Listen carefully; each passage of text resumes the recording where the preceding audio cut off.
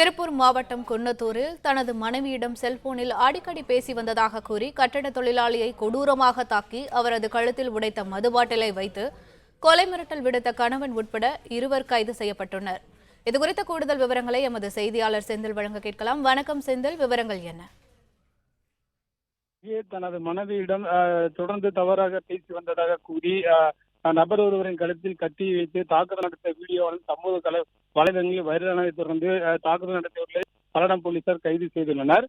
திருப்பூர் மாவட்டம் குன்னத்தூர் பகுதியைச் சேர்ந்த பிரபு என்பவர் தன்னை சிலர் தாக்கியதாக பல்லடம் காவல் நிலையத்தில் புகார் அளித்தார். புகாரினை தொடர்ந்து தாக்குதல் நடத்திய வீடியோவாலும் சமூக வலைதளங்களில் வைரலானது. இதனைத் தொடர்ந்து பல்லடம் போலீசார் நடத்திய விசாரணையில் திருப்பூர் மாவட்டம் குன்னத்தூர் பகுதியைச் சேர்ந்த பிரபு என்பவர் பல்லடம் பகுதியில் தங்கியிருந்து கட்டட வேலை செய்து வந்த நிலையில் அவருக்கு சூர்யா என்பவருடன் பழக்கம் ஏற்பட்டுள்ளது.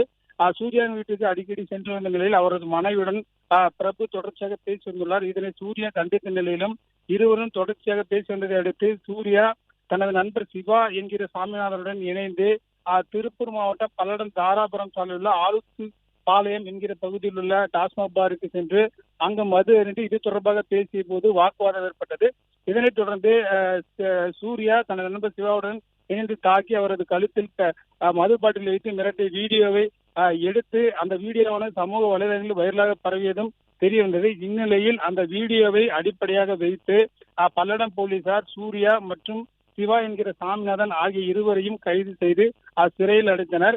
பொதுவாக பல்லடம் பகுதியில் அருகே உள்ள டாஸ்மாக் கடையில் இது போன்ற சம்பவங்கள் நடப்பது போலீசார் பாதுகாப்பை பலப்படுத்த வேண்டும் என பல்லடம் பகுதி பொதுமக்கள் கோரிக்கை விடுத்துள்ளனர்.